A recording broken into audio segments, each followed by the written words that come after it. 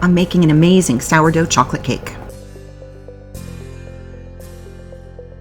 Welcome to White Shadow Fare. Make it homemade and make it with love.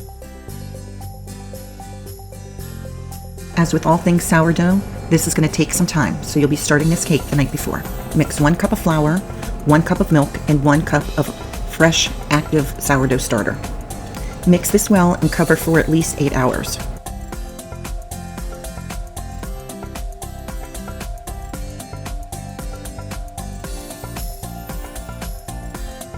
The next morning, when you're ready to bake your cake, go ahead and preheat your oven to 350 degrees and start adding your ingredients. 1½ cup sugar, a teaspoon of salt, 1½ teaspoons of baking powder, and 3/4 of a cup of unsweetened cocoa powder. To that, add 1 cup of oil. I used avocado oil, but any neutral oil would work. 2 room temperature eggs, add them one at a time and mix in between.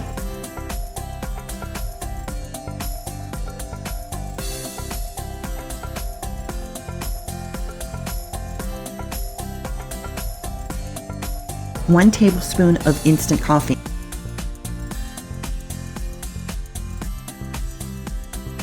2 teaspoons of vanilla extract.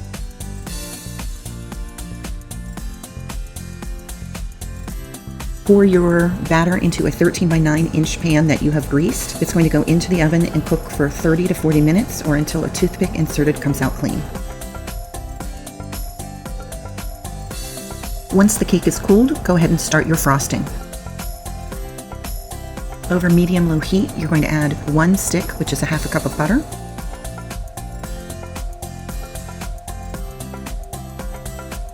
4 tablespoons of unsweetened cocoa powder, 1/3 cup of milk,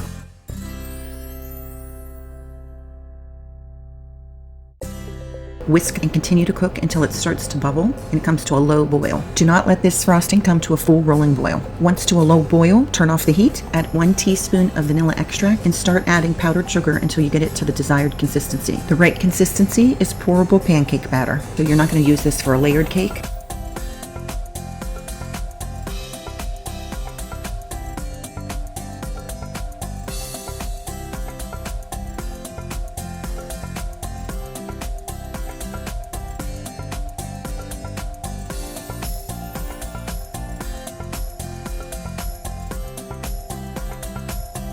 I'm pouring the warm frosting over top of the cake. This frosting really does make the cake.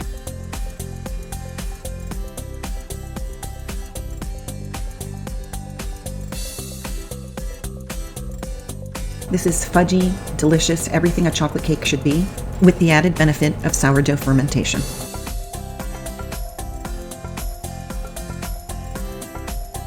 The perfect birthday cake, the cake that says, I love you.